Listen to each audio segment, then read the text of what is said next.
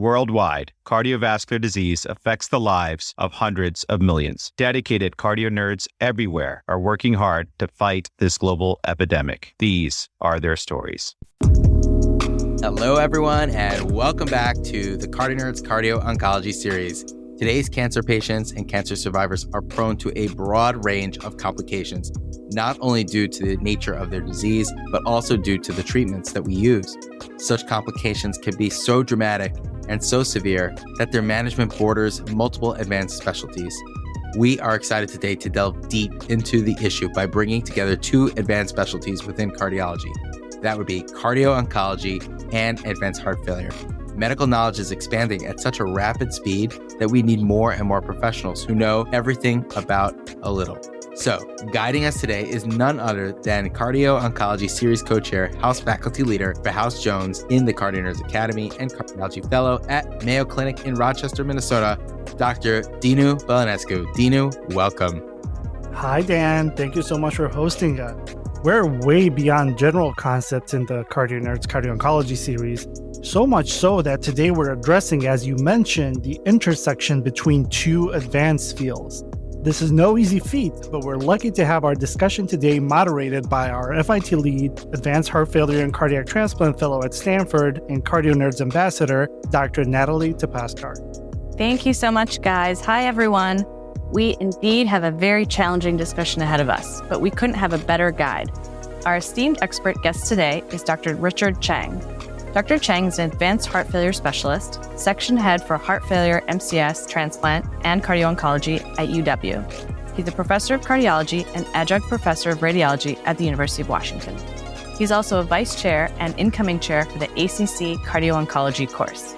Dr. Cheng has a keen interest in the intersection between cardio-oncology and heart failure, and we're very grateful that he's joining us today.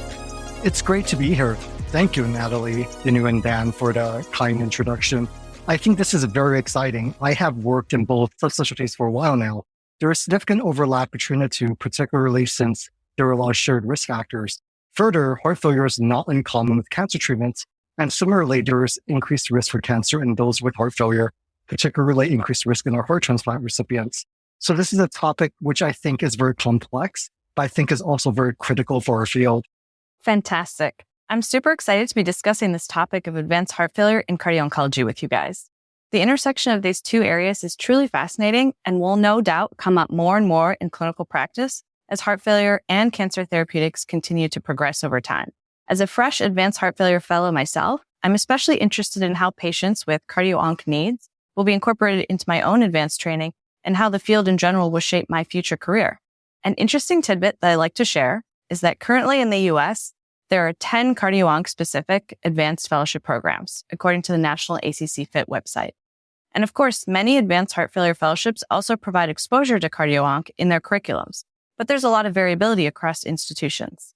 Considering all that information, I'd like to just start with a needs assessment. Dr. Cheng, can you lay the groundwork for how common advanced heart failure is in the cardio-oncology arena? And do you think we need dedicated advanced heart failure specialists within cardio-onc? I think that's a very interesting question. So I think the first thing, Natalie, to keep in mind is that advanced heart failure is really only a small portion of cardio-oncology.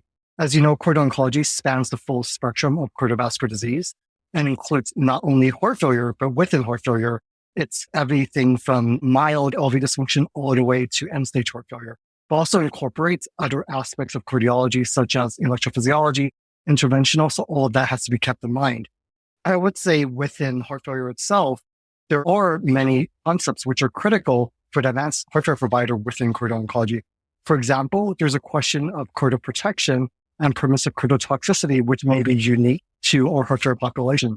In addition to that, I think for patients with both advanced heart failure and cancer, having a dedicated heart failure specialist that's also knowledgeable about cardio-oncology is really critical for the optimal outcomes in these patients. Because of this, there's an increasing prevalence of patients with pre-existing chemotherapy and radiation exposure, as well as those with recent or active cancer being considered for advanced heart failure therapies. So I think one of the questions is, how do we really balance these two competing risks? The other thing to keep in mind as an advanced heart failure cardiologist, for heart transplant patients, as you know, long-term, they're at very high risk of developing cancer. And because of this, the question is, what can we do to mitigate this risk?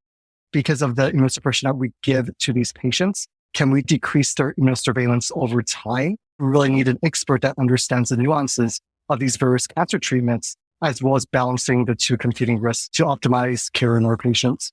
That sounds really fantastic, Dr. Cheng, and we will be delving into all the ways we could balance these risks with our amazing cases today. So to start off, let's apply everything you've just said to our first case. So our first patient visiting us today in the CardioNerds CardioOnc clinic is Miss Val Rubison. She's a 60-year-old white female with a history of diet-controlled diabetes, obesity with a BMI of 31, and a 10-pack-year smoking history, with a triple-negative breast cancer treated with anthracycline therapy 3 years ago. She's currently no longer receiving any cancer treatment. Her cardiac function prior to the initiation of anthracycline therapy was normal, with an echo demonstrating an LV ejection fraction of 58%. We do not currently have any records of follow-up echocardiograms during her cancer treatment. However, she remembers having at least one echo during the treatment. She presents to the emergency department today with several weeks of shortness of breath on exertion and fatigue. Her exam demonstrates bilateral rales, an elevated JVP, and 2+ bilateral lower extremity pitting edema. An echocardiogram shows newly reduced LV systolic function, estimated at 35%, with mild ventricular dilation. We plan to start diuresis for symptomatic volume management and initiate quadruple guideline-directed medical therapy with a beta blocker, SGLT2, ACE inhibitor or ARNI, and an MRA. We are treating her for presumed cancer therapy-related cardiac dysfunction, or CTRCD for short. We know from our prior CardioOnc episodes, episode number 261 and 274, that the ESC guidelines provide guidance on pre-treatment risk assessment and definitions for stages of heart failure due to cancer therapy. Dr. Cheng, could you walk us through how you would have, 1, assess our patient's baseline risk for developing chemotherapy-related cardiac dysfunction before starting therapy, and 2, how you would classify the stage of our heart failure right now? So Natalie, there's a lot of complex concepts within this question, and we can take some time to really break this down. The first thing to keep in mind is there has been a number of proposed risk scores in these patient cohorts. However, many of these risk scores are not well validated. Perhaps one of the more commonly used risk scores is the HFA-ICOS CardioOncology tool that was developed in 2020 to risk stratify patients by baseline risk groups based on the therapy planned in an attempt to personalize the approach, surveillance, and risk factor modification. However, keep in mind that this is based on expert opinion, and there's only been small series attempting to validate this risk model. In this case, going back to our patient, Ms. Rubison, she did receive anthracyclines. However, her baseline LVEF was normal, and she did not have any pre-existing cardiovascular disease. In a lot of these cases, we would also recommend checking biomarkers such as BNP and troponin, as this can help risk stratify the patient. In this case, I don't think these were checked, so I'm going to presume that these are normal. The patient does have a history of other cardiac risk factors, such as diabetes mellitus, a smoking history, as well as obesity. I think taking all of this into account, if you plug this into the HFA-ICOS risk tool, which you can find online, this will really classify her at the moderate risk for developing cardiovascular disease during cancer treatments. And because of this, the recommendation would be that she should have close monitoring during treatments, including serial cardiac biomarkers as well as echocardiograms. Going back to this, there are other risk stratification tools, but again, none of these are well validated, and other classification systems as well as risk tools exist. But I think there's going to be quite a bit more coming down the pipeline in terms of which one may be best. I would say for now, probably the HFA-ICOS CardioOncology tool is what would use the majority of the time. And then the ESC 2022 guidelines provides a simple risk stratification tool also.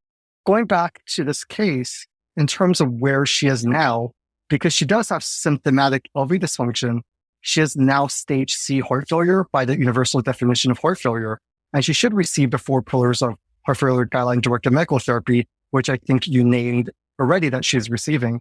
If you prefer the ICOS definition, she'll be characterized as having moderate symptomatic CTRCD based on her LV ejection fraction of 35%. The other caveat to all this is that a lot of these statements were not heart failure specific. I did want to put a plug in here that the HFSA is currently developing a heart failure statement for CardioOncology being led by Anna Barak and Michelle Blue. That should be completed and should be available shortly. Well, thank you so much, Dr. Cheng, for that. And it's really helpful to hear where the current guidelines are and the current tools that we can use to help stratify and treat our patients. In the meantime, we were able to obtain a report of one of Ms. Rubison's echocardiograms during her cancer therapy, which demonstrated a reduction in LV global longitudinal strain by 8% from her baseline, with no change in her LV ejection fraction, which remained 58%. So Dr. Cheng, can you walk us through what measures you look at on the echocardiogram to assess CTRCD? How do you interpret these changes, especially with regards to global longitudinal strain in relation to the LVEF, which may seem discordant? And how often do you repeat echocardiograms both during and after cardiotoxic therapies? These are very good questions and a bit complex to answer based on the existing data. As you know, technically, a relative change in global longitudinal strain of more than 15% from baseline, it's a marker of early cardiac dysfunction and appears to predict the subsequent risk for systolic dysfunction. However, the data has been somewhat mixed on how much benefit there is to intervene on these drops in GLS without drops in LV ejection fraction. I would say one of the things overall is many centers prefer to use 3D LVEF in following these patients, which is what we do here. One of the things about GLS, keeping in mind that there is some intervendor variability. However, this is really in the prior era. I would say with the current softwares as well as vendors, there's much more consistency and you can really compare across vendors. There usually is not much variability. And many centers such as ours, we actually post-process strain with TonTech as opposed to doing this on the vendor-dependent software. In terms of how often we should get echocardiograms on these patients, the ESC guidelines do provide some guidance on the frequency of the repeat echo, but I think this is really dependent on the risk for the patient. So for an asymptomatic high-risk patient, we'll get an echo every 1, 3, 5 years, and then every 5 years afterwards. However, for the higher risk patients, we tend to do it even more frequently. So I think you really have to individualize the frequency or surveillance for each patient on a case-by-case basis. Dr. Cheng, thank you for clarifying the, let's say, appropriate use of GLS in this setting. I'm happy to hear, I'm somewhat reassured that for what it's worth, the intervendor variability is improving. There's obviously variability in the way we look at EF, for example, but that's deemed acceptable. So hopefully with GLS, we might get there as well. But I actually had a recent discussion with Dr. Eric Yang, cardiology director at UCLA and advisor to our series on this very topic. And we kind of discussed how the evidence on the matter of GLS versus EF to assess for and predict CTRCD is quite controversial. Now, GLS is prone to technical difficulties much more than, for example, an echo with contrast or 3D LVEF, like you mentioned, meaning that changes in GLS with no change in EF on contrast or 3D exam may not be significant. But now, let's go back to our case here. Ms. Rubison goes on to tell us about her friend who was recently diagnosed, unfortunately, with a stage 1 non-small cell lung cancer, was advised to undergo surgical resection. He underwent cardiopulmonary exercise testing prior to his surgery. We know that CPET is used quite often in the advanced heart failure arena for prognostic evaluation of patients with HFrEF and HFpEF, and specifically for patients undergoing cardiac transplantation workup. Dr. Cheng, is there any role for using CPET for patients undergoing cardiotoxic chemotherapy or for those who develop CTRCD? Dinu, these are very good questions. Let's take a step back and talk a little bit about GLS. The thing with GLS is, even though there is a lot of technical expertise necessary for it, for those experienced with GLS, it's actually been shown to be very highly reproducible as long as image acquisition is done appropriately and there's very high inter-observer reproducibility. So I would say for individuals who are experienced at processing GLS, it is a reliable tool. That's one of the first things to keep in mind. Now going on to questions specific to cardiopulmonary exercise testing. As you know, this is a mainstay in heart failure, and we use this to risk stratify our patients, particularly when we're considering patients for advanced heart failure therapies. Specific to the cancer cohorts, CPET is sometimes used to risk stratify patients before cancer treatments. This is sometimes done particularly in patients with lung or colon cancer, for example. With regards specific to CardioOncology, we really don't have data in terms of how helpful CPET is in terms of predicting risk for developing cardiotoxicity with cancer treatments. However, there is data showing that you can follow CPET over time. For example, the group at Memorial Sloan Kettering has shown that individuals who have been exposed to cardiotoxic chemotherapy, even long-term, the CPET will show a reduction in their peak functional capacity. So you can use this to follow patients after cancer treatments in terms of trying to optimize their functional capacity as well as their health status. However, we really lack data regarding the use of this in terms of risk stratifying patients before cancer treatments. That's super interesting to hear, Dr. Cheng. And it sounds like for all the cardio nerds out there listening, that if you need a research project, studying the use of CPET in cardio-onc would be definitely very fruitful. So I'm excited to hear how that develops over the next few years. But going back to our patient, Ms. Rubison, she now tells us that she's always been really wary of procedures. And she wonders if there could have been any simple blood tests that could have been used to both predict her development of CTRCD and used to monitor her cardiac function during and after her therapy.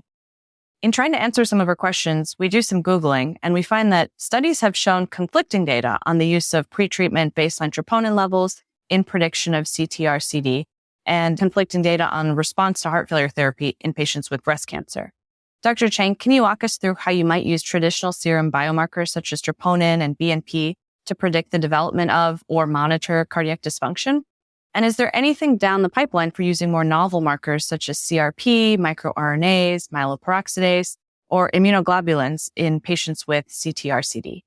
So Natalie, I think like many other arenas within CardioOncology, the data is really emerging in terms of the optimal use of biomarkers in these patient cohorts, as well as the emerging newer biomarkers. We really don't have much data on it. I would say for the traditional biomarkers, there was a very nice reveal in JACC in this from 2020. And I think the things we do know are that elevations in BNP may be used for risk stratification during cancer treatments. And these elevations are associated with subsequent cardiovascular disease. Other data from Bonnie Key's group looking at various biomarkers in breast cancer patients receiving anthracyclines have shown that elevations in troponin and myeloperoxidase can predict the risk for cardiotoxicity. So I think, we have some data for BNP and troponin, and these can sometimes be useful in terms of risk stratifying our patients. For the novel biomarkers that you mentioned, we have very little data on this. Going back to CRP, as you know, this is a marker of inflammation. So this may be more helpful in patients receiving radiation therapy in terms of trying to classify how much direct myocardial toxicity they might have received from the radiation. For microRNAs, this is related to post-transcriptional regulation of gene expression. And there's some data suggesting that it can be used to predict chemo-induced cardiomyopathy. But I would say it's very preliminary data. And I think the jury is still on how useful this is going to be. Regarding immunoglobulins, I think this is a very interesting question. And there's also some very preliminary data showing that for individuals with elevations in baseline IgE levels, these patients have a lower risk for cardiotoxicity, but it's not well understood mechanistically how this confers cardioprotection. So I think we probably need, again, more data looking at this. One of the other biomarkers, which is emerging, is the use of circulating cell-free DNA. So there's data from Morsel and Kettering looking at this, where you can use circulating cell-free DNA for the detection of early cardiotoxicity based on cell of origin analysis of the cell-free DNA. And this seems highly predictive of cardiotoxicity in, for example, the breast cancer cohort. So Dr. Cheng, this is super useful. So it sounds like troponin and BNP have data behind them and novel biomarkers. Jury is still out, but a lot of promising things coming down the pipeline that may help further stratify and help us monitor our patients in a relatively non-invasive way. Ms. Rubison is quite concerned that she has developed CTRCD so many years after anthracycline therapy and wonders if medications alone will be enough to treat her condition. Dr. Cheng, can you discuss us, number one, the role of standard GDMT and with our latest and greatest heart failure medications that include ARNIs and SGLT2 inhibitors in preventing and treating CTRCD? And number two, can you also touch on any implications with regards to early versus late diagnosis of CTRCD after anthracycline therapy in terms of any differences in clinical presentation, response to guideline-directed medical therapy, and in general, overall prognosis? What say you, Dr. Cheng? So I think for this, we really have to break this down into prevention versus treatment, because I think there are two different things here. For the use of heart failure guideline-directed medical therapy and cardioprotection, the data has been somewhat discordant in the clinical trials so far. And the reason for this is felt to be that in these trials, so for example, the PRADA trial, there was very non-selective patient selection. So many of the patients might have been low risk, so the event rates were low. And the question is whether this is why the traditional heart failure therapies may not be as beneficial. I would say more recently, not necessarily a heart failure medication, but there's a lot of excitement about the use of statins for cardioprotection. There were 2 recent studies looking at this. There was a study from Tom Nicholan's group, which was recently published, looking at statins to prevent cardiotoxicity from anthracyclines in patients with lymphoma from the STOP-CE trial. And this did suggest some signal of benefit. So I think this is very promising. The other medication which has been shown to be cardioprotective, again, not necessarily heart failure medication, but there's a lot of interest in the use of dexrazoxane, particularly in patients who are receiving high-dose anthracyclines. So going back to your question, in terms of specific heart failure therapies, what data do we have? So again, the data for beta blockers and ACE inhibitors are somewhat mixed in terms of how much benefit there is for a non-selected cohort receiving anthracyclines. However, we think that if you take high-risk patients, we may see something different. Specific to ARNI, there are some ongoing clinical trials looking at this, but we don't have much data. Similarly, for SOT2 inhibitors, there are no prospective data, but there is some retrospective data looking at this in patients with diabetes mellitus and cancer treated with anthracyclines. So in this cohort, we know that if you give them SOT2 inhibitors, they have a lower rate of cardiac events compared to those not on SOT2 inhibitors. So there was a study in JACC heart failure looking at this, as well as another study in BMJ heart looking at this very recently. But I think at the end of the day, we really need randomized clinical trials to answer these questions. And I would say right now, there is probably not enough data to recommend a routine use of these medications for cardioprotection overall. Going back to your question, I think in terms of treatment, that's a very different question because we know that once you develop significant LV dysfunction, at that point, these patients behave very similarly to our other heart failure cohorts. So for these patients at that point, you want to institute the standard 4 pillars of heart failure therapies to give these patients the best chance of myocardial recovery. We also know that if you can detect CTRCD early and initiate heart failure therapy early, there's a higher chance of myocardial recovery. Hence, early recognition and diagnosis is critical. And one of the pillars of the CardioOncology clinic is really to follow these patients closely during treatments, particularly patients that are high risk and that may develop overt cardiac dysfunction. Dr. Cheng, this actually goes back to earlier in the episode when we discussed the need for dedicated cardio-oncology heart failure specialists. It seems that CTRCD does not respond to GDMT to the same degree as other forms of heart failure. So there's a clear urgent need for more prospective data in this population. And I'm glad you brought up the STOP-CA trial, which is deemed one of the first randomized clinical trials in cardio-oncology. And we're hoping to see much more of that soon. Now, let's fast forward to 6 months after we first met Ms. Rubison. She's now on a regimen of targeted doses of metoprolol succinate, losartan, and spironolactone for her NYHA class 3 heart failure due to cardiotoxic chemotherapy. After 6 months of medication compliance, she reports that her symptoms have only modestly improved and her current echocardiogram remains unchanged with an LVEF of 35% and a GLS that is 20% below her pre-treatment baseline. What we didn't mention before is that her ECG is also abnormal. Her ECG 6 months ago and today demonstrates sinus rhythm with a wide left bundle branch block, QRS duration of 155 milliseconds. She's now returning to clinic for follow-up, and we are considering CRTD therapy for her, CTRCD treated with CRTD. She has many reservations about the procedure, including if it will work for her and any long-term considerations of having an implanted device.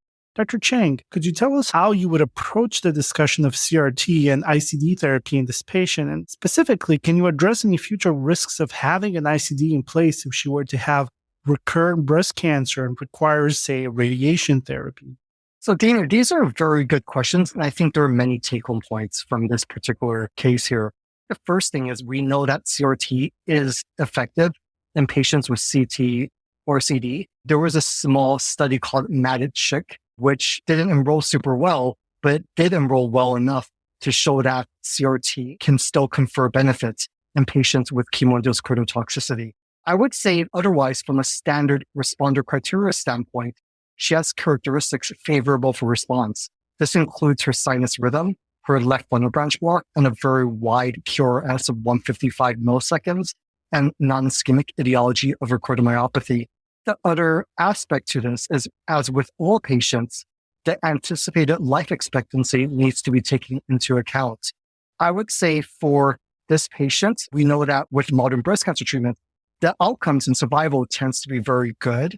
So as you know, for ICDs, we often say if life expectancy exceeds 1 year, then you can consider implantation. So for her, I think we'd need to confer with her oncologist, but I would expect her life expectancy to be well beyond a year. So for her, she would probably benefit from combination CRT defibrillator. The question of subsequent radiation therapy is also a very valid question. We know that with devices with either pacemakers or with ICDs, if you get direct radiation over these devices, there is a risk for device resets. The risk is particularly higher for radiation therapy with neutron contamination.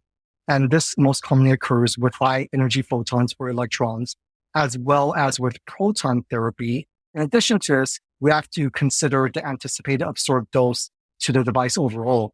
We know that ICDs tend to be more sensitive to ionizing radiation and at risk for malfunction. When this occurs, it can lead to inappropriate shocks. So what we would consider is for patients with pre-existing devices receiving radiation therapy, if we think they're at high risk from the radiation therapy for device resets, then sometimes our EP colleagues would consider moving the device so that the radiation does not hit the device directly. I would say in this case where the device has not yet been implanted, if there are plans for radiation therapy, it might be wise to implant it on the contralateral side of where the expected field of radiation therapy would be. Dr. Cheng, that was super helpful. And it sounds like we really should employ a heart team approach in discussing planning for EP procedures. But otherwise, seems like she's a good candidate, good prognosis, and definitely would be a responder for CRT therapy. So I'm glad she brought that question up. All right, we're moving on to our next case. And this is a long one, so stay with us. So our next patient today is a consult from the CardioNerds ICU. Mr. Jim Foma is a 55-year-old male with a remote 5-pack-year smoking history. He quit in his 20s. And he also has a history of Hodgkin lymphoma, diagnosed at age 24 years, that was treated with anthracycline-based chemotherapy. He received a cumulative dose of 200 milligrams per meter squared. He also received mediastinal radiation therapy with a cumulative dose of 30 grays. He was diagnosed with presumed chemotherapy-induced cardiomyopathy about 2 years prior at the age of 53 when he presented with new-onset fatigue and abdominal swelling. An echocardiogram at that time demonstrated a dilated LV with estimated LV ejection fraction of 40%, with mild secondary MR, mild to moderate TR, and mild to moderate RV dysfunction. He's been started on carvedilol, spironolactone, losartan, empagliflozin, and furosemide, and had previously been tolerating all of these agents really well until this past year. Now he's had 3 heart failure hospitalizations in the past 6 months, and he's been increasingly unable to tolerate goal doses of his GDMT due to symptomatic hypotension. His CPETs over the past 2 years have also shown a declining VO2 max. He underwent an outpatient right heart cath, which demonstrated elevated biventricular filling pressures with a low cardiac output and index. Thus, he was admitted to the hospital for initiation of inotrope-guided diuresis and discussion of advanced therapies. Understandably, he's quite alarmed at the discussion of possible mechanical circulatory support and/or heart transplantation. And he's wondering how many patients like him with a diagnosis of chemotherapy-induced cardiomyopathy have gone on to receive these advanced therapies. We know as new chemotherapeutic agents have shown cardiotoxic potential and overall cancer mortality decreases as therapies improve, the likelihood of cancer survivors with CTRCD requiring advanced therapies such as transplant and LVAD is likely going to rise. So Dr. Cheng, can you help us answer his question regarding the incidence of advanced therapies such as LVAD and heart transplant being performed for patients with a diagnosis of CTRCD? And then are there any significant differences in the long-term survival of these patients who are undergoing transplant or LVAD compared to patients who undergo these therapies for other non-ischemic etiologies? Natalie, so This is a very good question. I think there's a lot to think about here. The first thing to consider is really breaking this down into patients with a history of chemo-induced cardiomyopathy versus a patient with recent cancer or active cancer. So this is not necessarily the same. And a second, we need to consider heart transplants separately than LVADs to a certain degree, because certainly the benefits and risk of each of these therapies is going to differ for this population. For this particular case, the patient is at high risk for late onset cardiac dysfunction because of his history of Hodgkin lymphoma, his exposure to anthracyclines, his large mediastinal radiation exposure, as well as the history of chemo-induced cardiomyopathy. So it's not surprising that he now has developed significant heart failure.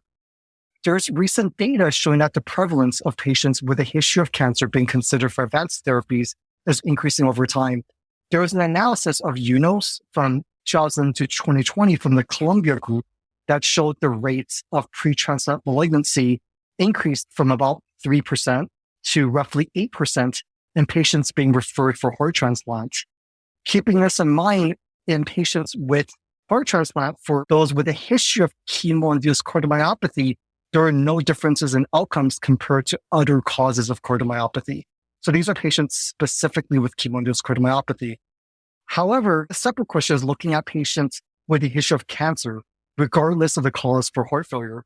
So for these patients, patients with a history of pre-transplant malignancy have a higher risk of mortality after transplant, particularly driven by those with a history of hematologic malignancy, because these patients are at risk for post-transplant malignancy. So in summary, for patients being considered for heart transplant, first, we really want them to not have active cancer.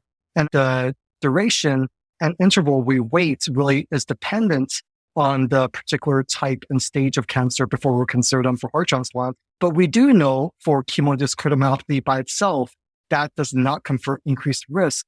For all comers with cancer, the risk is increased for mortality driven by cancer. Now moving on to LVAD. The older data for LVADs has shown an increased risk for ORV dysfunction and need for ORVAD support. But this is somewhat older data. There was a more recent analysis of Intermax from Avi Guha's group, which suggested that this is no longer the case. So in the contemporary era, it seems that patients with LVADs for chemo-induced cardiomyopathy have very similar outcomes and similar rates for ORV dysfunction. And this is felt to be related to the current era of devices, but also due to better patient selection. So what about LVADs in those with recent or active cancer? In this cohort, we have very minimal data.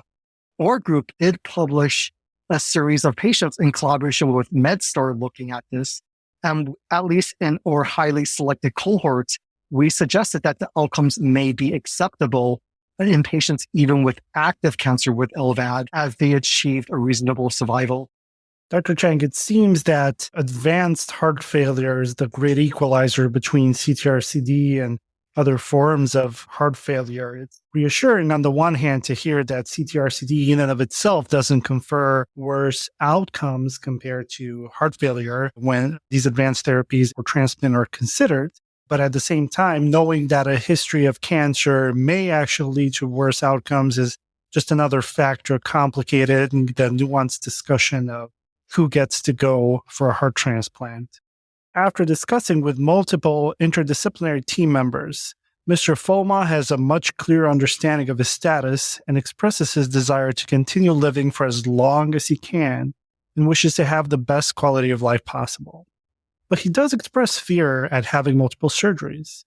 So Dr. Cheng, can you discuss how his history of cardiotoxic chemotherapy and mediastinal radiation will factor into discussions of his operative management, specifically if there are any considerations for VAD versus OHT in cancer versus non-cancer patients, and any risks involved in undergoing multiple sternotomies? So not really long-term outcomes, rather the nitty-gritty of it. How does this differ in cancer versus non-cancer patients?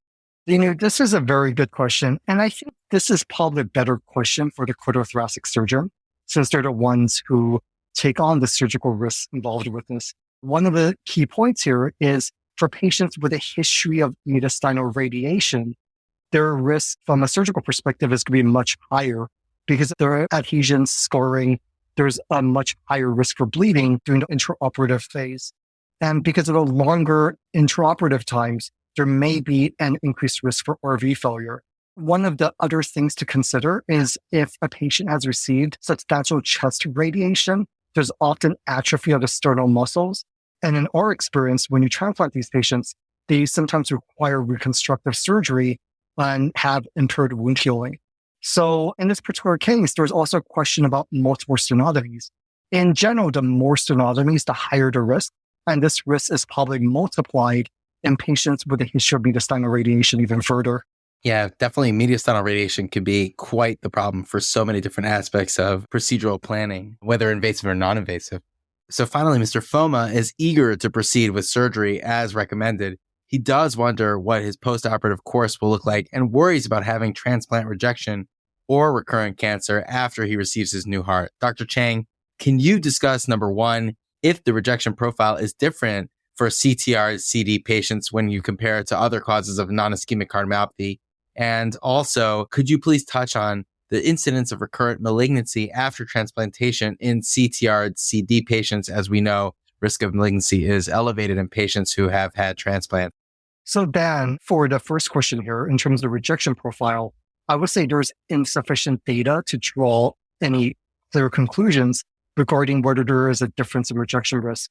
In general, theoretically, there probably is a decreased rejection risk because in these patients, if they received prior chemotherapy, they have depressed immunosurveillance from their innate immune system. So because of this, they are probably at lower risk for rejection, but I'm not sure we have enough data to state that conclusively. Going on to the second question about the incidence for recurrent malignancy, we know that patients with a history of pre-transplant malignancy are at increased risk for recurrence, not surprisingly. Additionally, these patients may be also at increased risk for PTLD, which is of significant concern, and long-term post-transplant survivors. There's data from Mayo Clinic suggesting that you can lessen immunosuppression or consider switching patients to an mTOR inhibitor-based regimen to decrease their long-term risk for cancer. And their series, they suggested that an mTOR inhibitor-based regimen without CNIs is beneficial from the cancer as well as the survival standpoint. Dr. Cheng, that is super interesting and helpful. It sounds like post-transplant, there'll be a lot of discussions with a multidisciplinary team to really monitor for recurrence of cancer and adjust his immunosuppression as appropriate. And also the lack of data on rejection in these patients is also very interesting, and hopefully we'll have more information as the years come by. So our final patient today is Mr. Carson. He is a 64-year-old Caucasian male, status post-heart transplant 7 years ago for ischemic cardiomyopathy. His other past medical history includes a pre-transplant diagnosis of CKD due to long-standing diabetes, with a baseline creatinine of about 1.3 currently and a hemoglobin A1C of 7, which was previously as high as 9 many years ago. His CMV status is donor positive, recipient negative. His PHM was 0.98, and he had a male-to-male transplant. He received induction with ATG and was switched to a calcineurin-sparing immunosuppression regimen about 6 months post-transplant for his CKD. His post-transplant course was complicated early on by hemodynamically significant grade 2R acute cellular rejection, which happened 8 months post-transplant, which required hospitalization and was treated with Solumedrol and ETG. Since then, he has not had any complications and has no evidence of coronary artery vasculopathy. He gets routine health screenings yearly with dermatology and most recently presented with a skin lesion, which on biopsy was unfortunately revealed to be a squamous cell carcinoma. His current immunosuppression is a CNI-free regimen given as CKD, and he's currently on sirolimus with a goal of 6 to 8 and mycophenolate 1,000 milligrams BID. He's been off prednisone for many years, and he's no longer on any opportunistic infection prophylaxis. Currently, he's pending further imaging to determine the extent of his squamous cell carcinoma, and he's still pending whether or not he will require systemic chemotherapy. But there is a preliminary plan for resection and loco-regional radiation therapy. Dr. Cheng, can you walk us through the incidence of de novo malignancies post-transplant and the risk factors for development? Also, should Mr. Carson require systemic chemotherapy, how would we approach his current immunosuppression regimen? So Natalie, these are very good questions. We know that some of the risk factors for developing de novo malignancy after transplant includes a history of prior malignancy, a heavier use of immunosuppression, older recipient age, smoking history, any radiation exposure, as well as genetic variants. In general, what we would recommend is to reduce the immunosuppression as much as possible to reduce this risk during the course of the patient's journey. In addition to that, we touched on this earlier, but there is data showing that mTOR inhibitor-based regimen may mitigate the risk for late onset cancer in these patients. One of the other questions that I have actually, and is an area where there's very little data, is the use of immunotherapy after heart transplant. As you know, there is a growing use of immunotherapy for various cancers, and this is very relevant to our post-transplant population because many of them develop melanoma, where one of the more effective treatments is with immune checkpoint inhibitors.